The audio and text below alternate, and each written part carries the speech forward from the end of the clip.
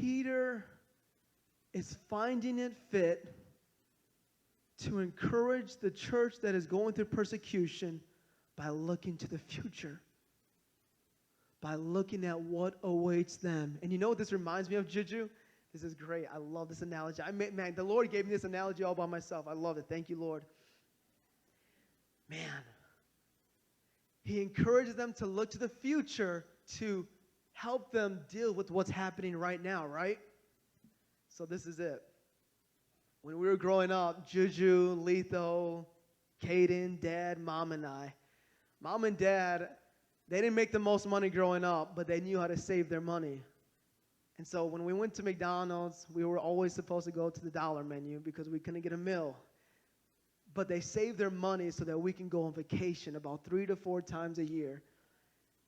And so when I was in school, I used to look at my report card, or I used to look at the girl that didn't like me. I used to look at how I wasn't popular.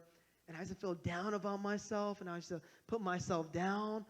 But I found myself encouraging myself for the future. I'm like, hey, it's all right. This Christmas, we're going to go on a vacation.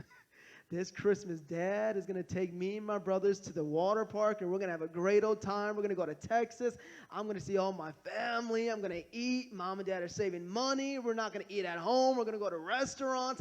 I cannot wait. What was I doing? I was encouraging myself at that moment because I was going through some hard times as a kid. How was I encouraging myself? By reminding myself what was awaiting for me in the future. Peter does the same thing. I know that you're going through persecution, church, and I know that there's some here today that are going through trials and tribulations, but I encourage you, look to the future and remind yourself what God has for you, my friend. When I was a kid, I was not the most good-looking kid, but I didn't care because I reminded myself of the future. I knew Mama and Daddy were taking me to North Carolina. So guess what? Whatever happened right now, it did not matter because I knew I was going to have a good time later on. My friend, it doesn't matter what you're going through right now. Later on, you're going to have a good time with the Lord of Lords, the King of Kings.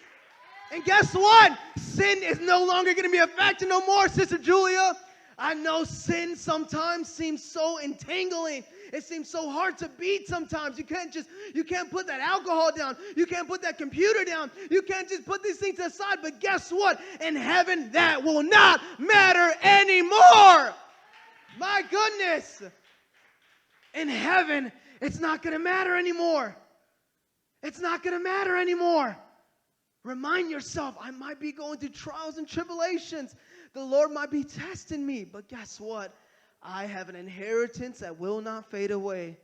I will have what God has promised me.